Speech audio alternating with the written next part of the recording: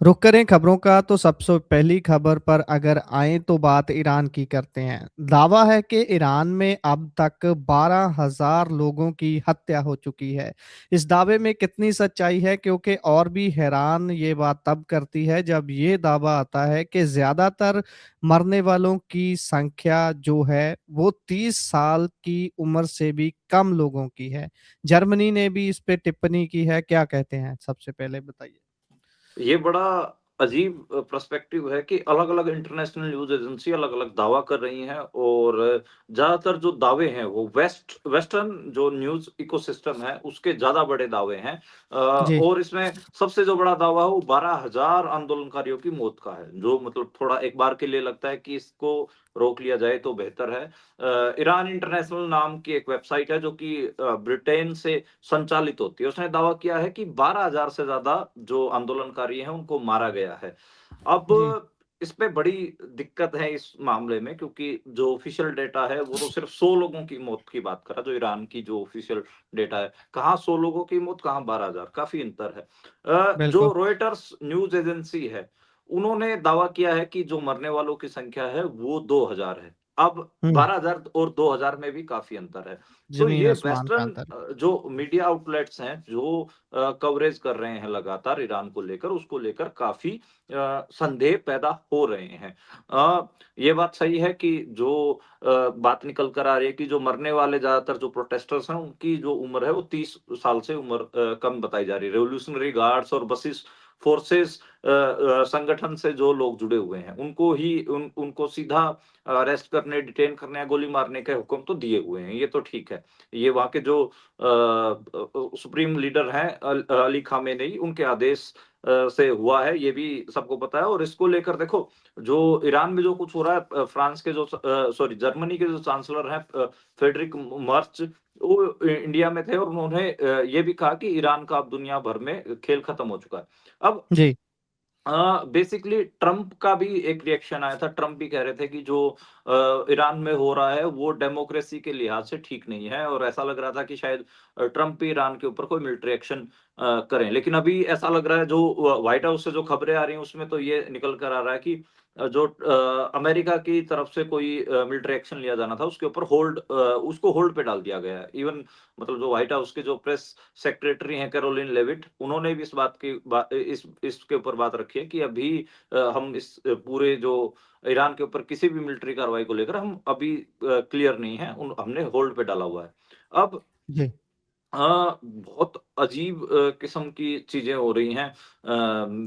जो ईरान का चौबहार जो पोर्ट है उसके ऊपर टैरिफ लगाने की बात हो रही है। ट्रम्प कह रहे हैं कि हम 25% टैरिफ लगा देंगे, लेकिन एक्सपर्ट कह रहे हैं कि वहाँ पॉसिबल नहीं है। तो अजीब स्थिति बनी हुई है, ईरान को लेकर पूरी दुनिया की निगाहें हैं। वेनेजुएला के बाद एक चीज़ तो समझ आ रही है, वेनेजुएला से लेकर ब्राज़ील तक दुनिया की जी। जितनी भी बड़ी महाशक्तियाँ हैं, वो अपने-अपने इलाके बाँट रही हैं, चाहे चाइना हो, चाहे अमेरिका हो, रशिया हो, वो थोड़ा-सा हमें दिख रहा है। यानी कि अ, बड़ी ये हमें आज से तकरीबन 30-40 साल पहले तो दिखता था, जब हम कहें कि कोल्ड वॉर हुआ था।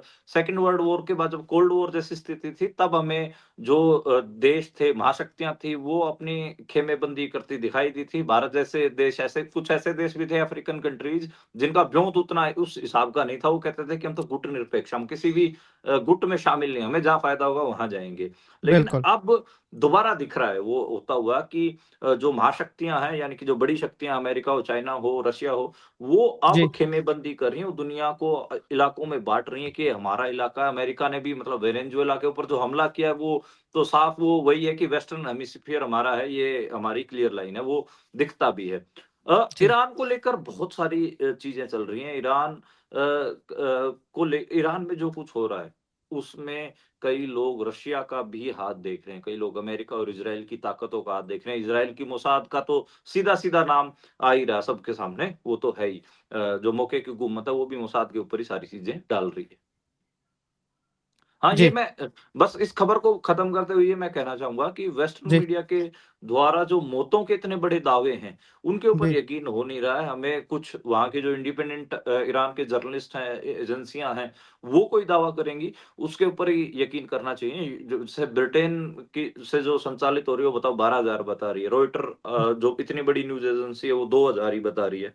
तो और ईरान की जो सरकार है मौके की, वो सिर्फ 100 लोगों की डेथ बता रही है। तो काफ़ी अंतर है इन डाटाज़ में। मेरे को लगता है जी, कि जितना मैं भी थोड़ा इंडिपेंडेंट जर्नलिस्टों को फ़ॉलो करता हूँ, तकरीबन 1100 से 1200 का जो डेथ टोल है, वो तो है वहाँ पर। अब कितना सही है, कितना गलत है, वो तो और कितने नंबर्स में डेथ हुई हैं, वो तो ये सारा जब मामला निपट जाएगा, उसके बाद पता लगेगा। जी, बिल्कुल। और ग्राउंड से जो जानकारी निकल के आती है वो उसका कुछ और यकीन करने की बात होती होती है, और दूसरे देश में बैठ के जो परोसा गया है उसकी बात कुछ और हो सकती है, उसमें प्रोपेगेंडा भी हो सकता है, बहुत सारी चीज़ें हो सकती हैं।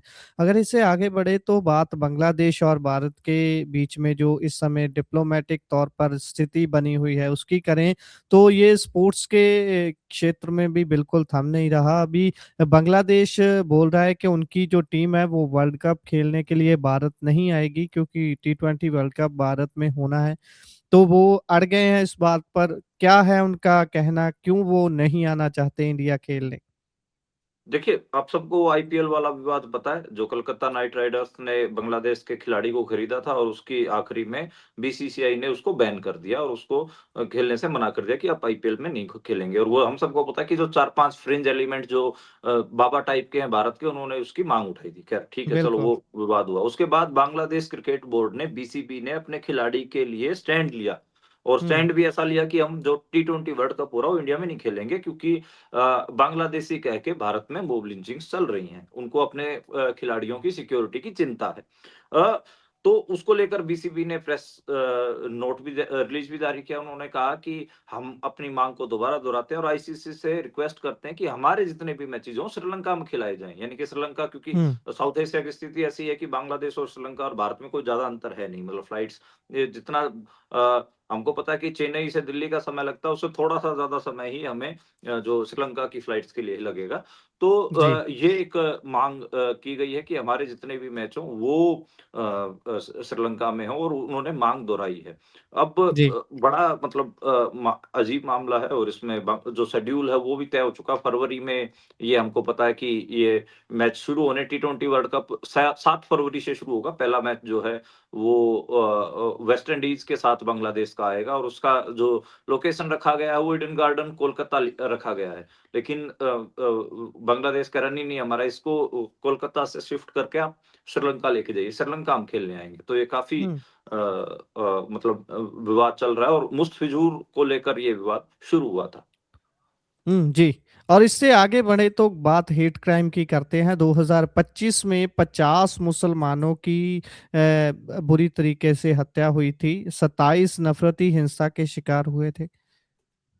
ये हेट क्राइम्स का जैसे मतलब आप देखेंगे कि पिछले काफ़ी समय से हम ऐसी खबरें करते ही हैं, जिसमें बांग्लादेशी कह के मुसलमान को भीड़ पीट-पीट के मार देते हैं। पिछले 1 महीने के अंदर ही हम 3 खबरें कर चुके हैं।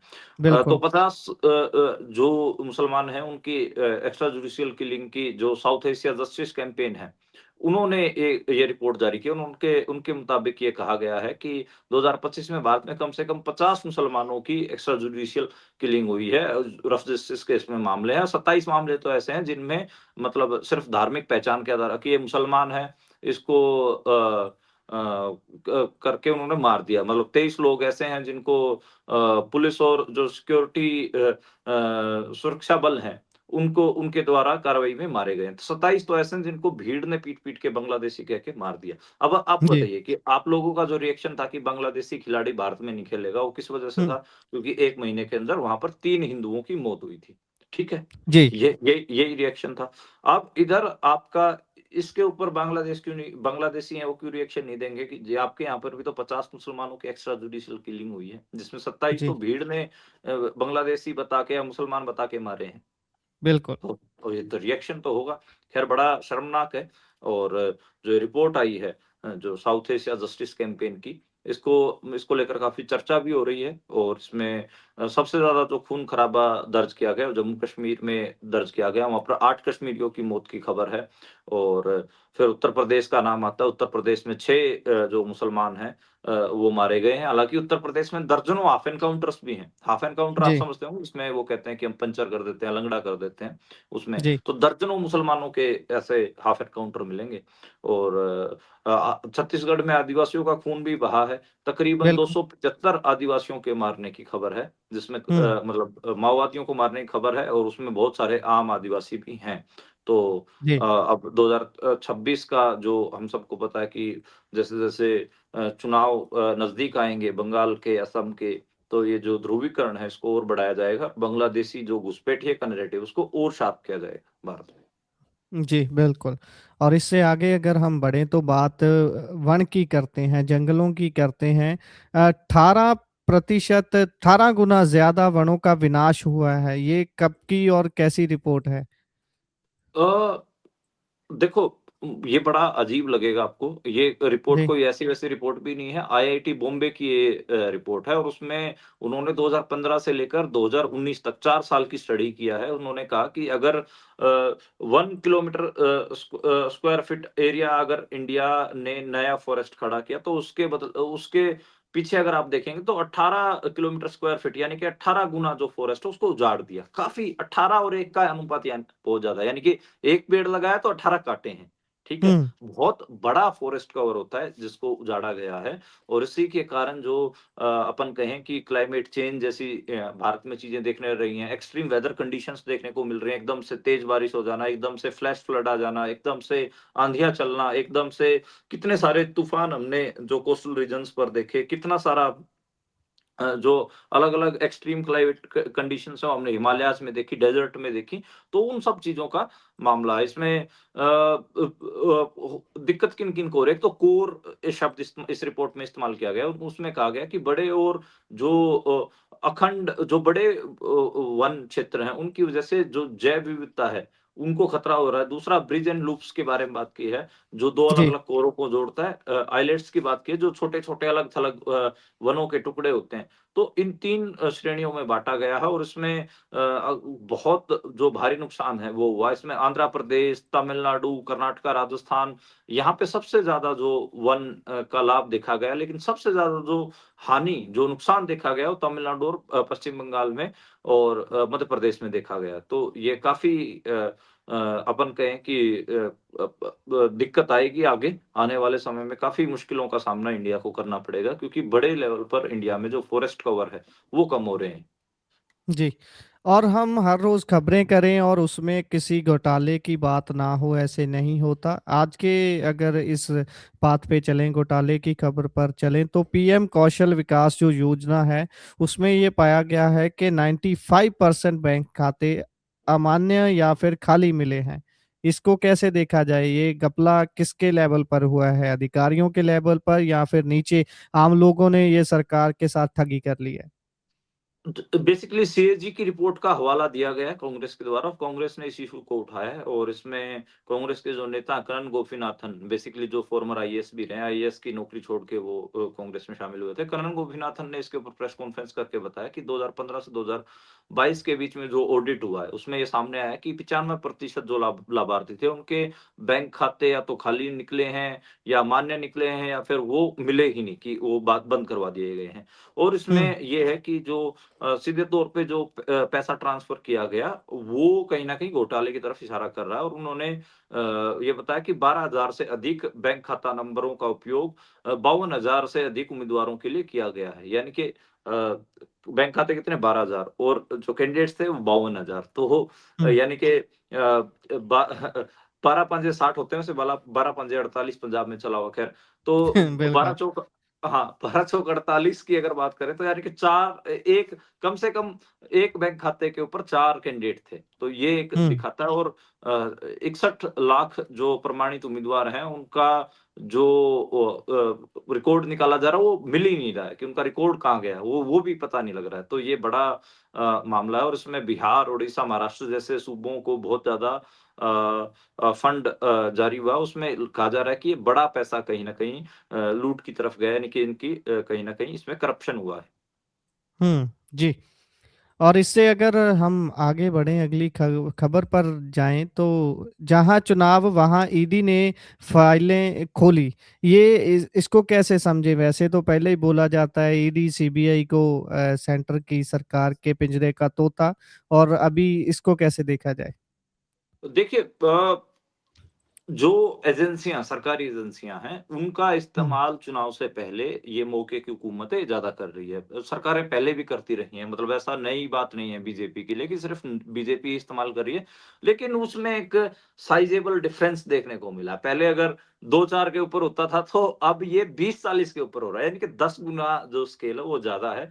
अभी हम्म। जो जि इस पैटर्न को स्टडी किया गया है पश्चिम बंगाल के इलेक्शंस को लेकर। इससे पहले हमें पता है झारखंड, दिल्ली और महाराष्ट्र में देखा था, तो उस पैटर्न को भी स्टडी किया। उन तीनों सूबों के महाराष्ट्र, दिल्ली और झारखंड में जो हुआ था, उनके ऊपर भी ईडी ने पुराने मामलों में कितनी कार्रवाई की, नए छापे कितने मारे, तो वो स्टडी किया गया है। ऐसे ही अब पश्चिम बंगाल में लगातार छापे चल रहे हैं। उसमें कभी वहाँ के आईटी सेल के चीफ के ऊपर छापे पड़ जाते हैं, कभी किसी तृणमूल कांग्रेस के सीनियर नेता के, कभी आईपैक के ऊपर छापे पड़ जाते हैं, तो काफ़ी छापे वहाँ पर चल रहे हैं। और तमिलनाडु, केरल और असम, पौंडीचेरी में भी अब फाइलें, पुराने मामलों की जो फाइलें हैं, वो खुलनी शुरू हो गई हैं और वहाँ पर भी छापेमारी शुरू हो गई है।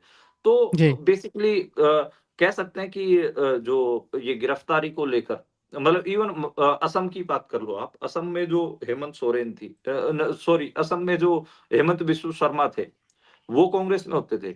उनके ऊपर ईडी जी। ने छापा मारा और वो बीजेपी में भाग गए। अब खैर बीजेपी के मुख्यमंत्री हैं। झारखंड का आप देखिए, हेमंत सोरेन की फाइल खोली गई, उनको जेल भेजा गया, झारखंड के मुख्यमंत्री। हालाँकि झारखंड में वो दोबारा चुनाव जीत गए। तो ऐसे जी। चीज़ें दिख जाएँगी। ईडी का जो पैटर्न है, उसका एनालिसिस अब पिछला चल रहा है और इसमें ये निकल कर आ रहा है कि ज़्यादा ईडी उन राज्यों में एक्टिव होती है जहाँ जो इलेक्शन ईयर में जो सूबे होते हैं। तो ये अपने जी। आप में ईडी का जो गलत उपयोग है वो किया जा रहा है, वो तो सामने ही है हमारे। जी, बिल्कुल।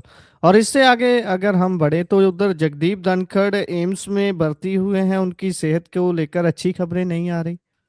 हाँ जी, जगदीप धनखड़ जो साबका वाइस प्रेज़िडेंट थे इंडिया के, जिन्होंने पिछले साल एकदम से इस्तीफ़ा दे दिया था हेल्थ कंडीशंस का हवाला देके। तो ये खबर आई है कि 1 हफ्ते के अंदर 2 बार बेहोश हुए हैं। उनकी एमआरआई और मेडिकल टेस्ट एम्स में कराए जा रहे हैं, उनको भर्ती करवाया गया है।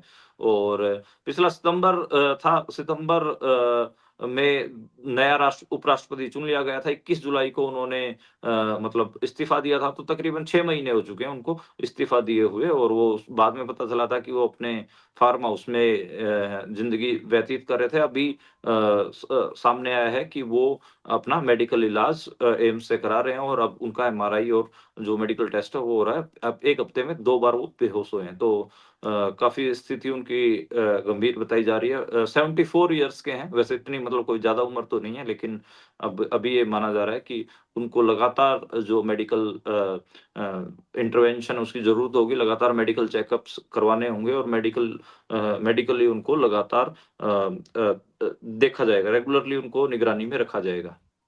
जी। उधर अगर आप और हम बात करें इस लोहड़ी के त्योहार की, जिसको अभी पूरे पंजाब में, हरियाणा में, चंडीगढ़ तक में मनाया जा रहा है। इनफैक्ट चंडीगढ़ से तो एक वीडियो भी खासा वायरल हो रही है, जो पीयू में छात्र डांस करते हुए नजर आ रहे हैं। पाकिस्तान में भी जश्न का माहौल है। हाँ, आप कह सकते हैं कि साउथ एशिया का जो ये वेस्टर्न रीजन है, नॉर्थ वेस्ट रीजन है, वो पूरा ही इसमें शामिल होता है। और आप दिल्ली से लेकर पेशोर तक आप देखेंगे, तो आपको दिल्ली से लेकर पेशावर तक ही आपको इसमें लोहड़ी के रंग जो दिखेंगे। और लोहड़ी हम सबको पता है कि एक एग्रेरियन फेस्टिवल है। जो किसान समुदाय हैं, वो ज़्यादातर इसको मनाते हैं। और इसमें दुल्ला भट्टी की जो फ़ोकलोर है वो गाई जाती है। और दुल्ला भट्टी को जो पंजाबी हैं, वो एक ऐसे पंजाबी सपूत के तौर पर याद करते हैं जो जिसने अपनी मिट्टी का कभी सौदा नहीं किया, जिसने लड़कियों के लिए, पंजाब की लड़कियों के लिए, पंजाब की मिट्टी के लिए, पंजाब के खेतों के लिए, पंजाब के किसानों के लिए लड़ाई लड़ी मुगलिया सल्तनत से, और वो फिर शहीद भी हुए। तो वो पूरा हम सबको पता है, फ़ोकलोर भी गाई जाती है, और आज आग आग भी तापी जाएगी। मूँगफली, रेवड़ियाँ और जो खील मखाने होते हैं, और जो छल्लियाँ होती हैं, उनके जो भुट्टे होते हैं, वो सब जी, इस लोहड़ी के रंग में हमें देखने को मिलते हैं। पंजाब यूनिवर्सिटी में बेसिकली जो लोहड़ी है, उस दिन डीजे बजाया जाता है, आग जलाई जाती है, लकड़ियाँ जलाई जाती हैं। उसमें जो पंजाब यूनिवर्सिटी के स्टूडेंट हैं, वो खूब नाचते हैं। पंजाब यूनिवर्सिटी की एक आपको मैं बताता हूँ कि 3-4 फेस्टिवल ऐसे हैं, जहाँ पे आपको सेट पैटर्न है। डीजे बजेगा, वहाँ पर उस त्योहार को मनाया जाएगा, और पूरा बड़ा शानदार तरीके से मनाया जाता है। पाकिस्तान में भी लोहड़ी को बहुत ज़्यादा मनाया जाता है। तो ये पूरा रीजन ही अपने को देखने को मिल रहा है कि इस पूरे रीजन में अभी लोहड़ी मनाई जा रही है, और उम्मीद है कि जो हमारे दर्शक हैं वो भी मना रहे होंगे। हमें भी लोहड़ी मिली है, और हरियाणा में भी मनाई जाती है। हरियाणा में कल का जो दिन है, मकर संक्रांति का 14 तारीख को, जो उसको हम संक्रांत बोलते हैं हरियाणवी में बेसिकली, तो जी, हरियाणा में संक्रांत भी मनाई जाती है। तो जैसे लोहड़ी पंजाब के लिए काफ़ी इम्पोर्टेंट है, हरियाणा के लिए संक्रांत का जो त्योहार है, संक्रांत, जी। तो वो काफ़ी इम्पोर्टेंट है। शायद आपके पंजाब में उसको माघी कहते हैं, माघी का मेला माघी, शायद जी, जी। माघी हाँ, माघी माघी, का त्योहार आता है। मुक्तसर हाँ, में जो माघी लग रही है बहुत माघी का बड़ा मेला भी राज्य। चला हुआ है। हाँ, हाँ, जी, जी। बिल्कुल। जी, पूरा एक राज्य पद्धर का एक बड़ा इवेंट मनाया जा रहा है। वहां पर 1600 बसें जा रही हैं पंजाब गवर्नमेंट की तरफ से। वो भी एक अलग मैटर है वैसे। चलो खैर, अगर इसी पर रहें तो लोहड़ी की त्योहार को अभी मनाया जा रहा है, और सारे दर्शकों को, लिसनर्स को भी इस लोहड़ी की बहुत बहुत शुभकामनाएं हैं। और आगे बढ़ें अगली खबर पर, तो उधर विक्रम मजीठिया की सुरक्षा को लेकर हाईकोर्ट थोड़ी सख्त नजर आई है। देखिए, विक्रमजीत सिंह मजीठिया के बारे में लगातार खबरें आ ही रही थी कि उन्होंने भी ये खदशा जताया था कि जेल में उनकी हत्या करवाई जा सकती है, और ये चीज़ें काफ़ी लगातार चली हुई कि क्या जो विक्रमजीत सिंह मजीठिया वो सेफ हैं जेल में या नहीं है। अब उसको लेकर एक पिटीशन भी दायर की गई, और हाई कोर्ट में उसके ऊपर सुनवाई हुई। हाई कोर्ट ने कहा है कि ये स्पष्ट संदेश है पंजाब सरकार को। उन्होंने कहा कि आप हमारी सीधी बात सुनिए, और उसमें अगर कुछ भी होता तो उसमें जो एडीजीपी जेल हैं, नाभा जेल के जो सुप्रीडेंट हैं, और जो मौके की जो हुकूमत है, वो सीधे तौर पर ज़िम्मेदार होंगे। तो यानी कि एडीजीपी जेल और नाभा जेल के जो सुप्रीडेंट हैं, उन दोनों को की ज़िम्मेदारियाँ तय कर दी गई हैं, और ऐसे में उन्होंने कहा कि जो वहाँ से संबंधित अधिकारी हैं, वो व्यक्तिगत तौर पर उनकी जो सुरक्षा है, उसके इंतज़ामात करें। तो और उन्होंने मतलब हाई कोर्ट ने इसको डिफाइन करते हुए कहा कि जेल में जो व्यक्ति बंद है, उसकी सुरक्षा का जो ज़िम्मा है वो शासन का होता है, तो जो शासन है वो इससे बच नहीं सकता है। तो एक बिल्कुल औपचारिक फॉर्मल ये मतलब शासन का दायित्व बनता है, उनकी ज़िम्मेदारी बनती है, तो अपनी ज़िम्मेदारी से भागे ना। तो इसलिए ये कहा गया है कि जितने भी सुरक्षा सावधानियाँ होती हैं वो बरती जाएँ, और गंभीरता से लेने की बात कही गई है। सरकार ने भी कहा है कि हाँ, हम आप द्वारा जो निर्देश दिए गए हैं उनके उनके अकॉर्डिंग सारे इंतज़ामात करेंगे, और हम इसमें कोई भी ढील नहीं बरतेंगे। तो सूबा सरकार को भी ये बात माननी पड़ी है।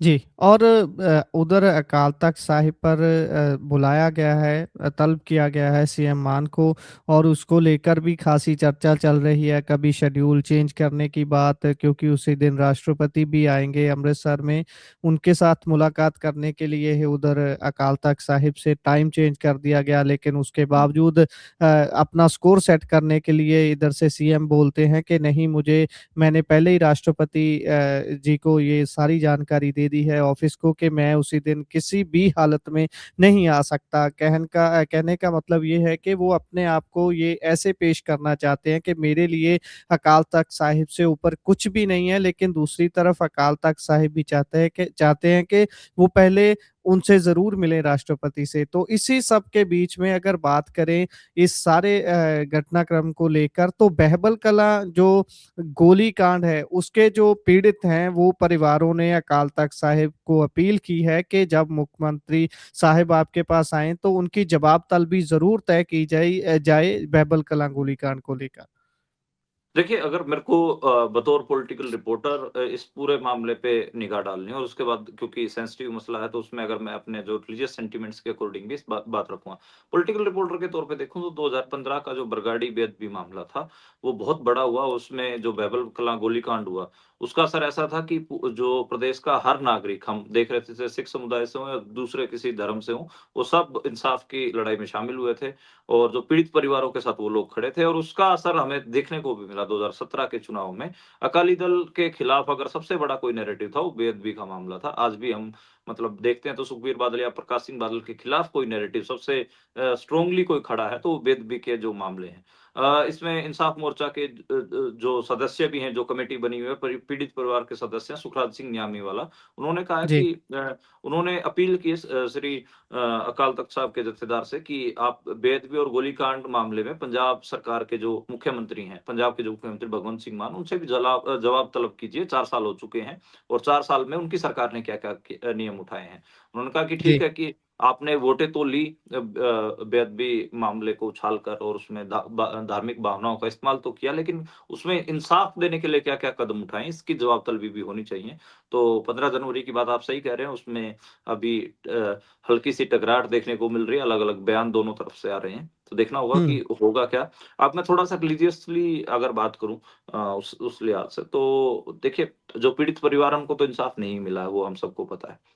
बिल्कुल। दूसरी अगर बात करें तो ये बेहद बहुत सेंसिटिव मसला है और इसमें अगर इसको पॉलिटिकल माइलेज के लिए ये सब चीज़ें करवाई गई हैं, चाहे कोई भी इसमें दोषी हो, उनको कड़ी सज़ा तो मिलनी चाहिए। इसके अलावा इस मामले को लेकर जिस हिसाब से राजनीति करने की कोशिश होती है, वो भी मुझे लगता है कि जो पॉलिटिकल लोग हैं, उनको थोड़ा-सा बचना चाहिए। सिख संगत को भी इस मसले को लेकर थोड़ा-सा सीरियसली सोचने की ज़रूरत है, उसपे देखने की ज़रूरत है कि जो इंसाफ मोर्चे हैं अलग-अलग ऐसे मामलों के लिए, कि उनकी जो कमेटियाँ हैं वो कहाँ तक पहुँची हैं, जो इंसाफ की लड़ाइयाँ हैं, वो कहाँ तक पहुँची हैं। इस इन सारी चीज़ों का भी एक रीथिंक करने की ज़रूरत है और जो मौके की हुकूमत है, वो भी हम सबको पता है कि एक बिल लेके आ रही है, उस बिल के ऊपर भी नज़र रखने की ज़रूरत है, ताकि ये समझा सके कि किस किस्म का जो स्टेट है, वो इंटरवेंशन करना चाहती है रिलीजियस मसलों के अंदर। तो वो एक चीज़ें, ये कुछ चीज़ें हैं जिनको मतलब लगातार सीरियसली वॉच करने की ज़रूरत है। जी, बिल्कुल, सीरियसली देखने की ज़रूरत है, लेकिन क्योंकि ऐसी ही छोटी-छोटी चीज़ों से बड़ी-बड़ी घटनाएँ जन्म लेती हैं। सो इसी के साथ प्रोग्राम का समय यहाँ पर ही समाप्त होता है। आप जुड़े, जानकारियाँ साझा की, बहुत-बहुत धन्यवाद।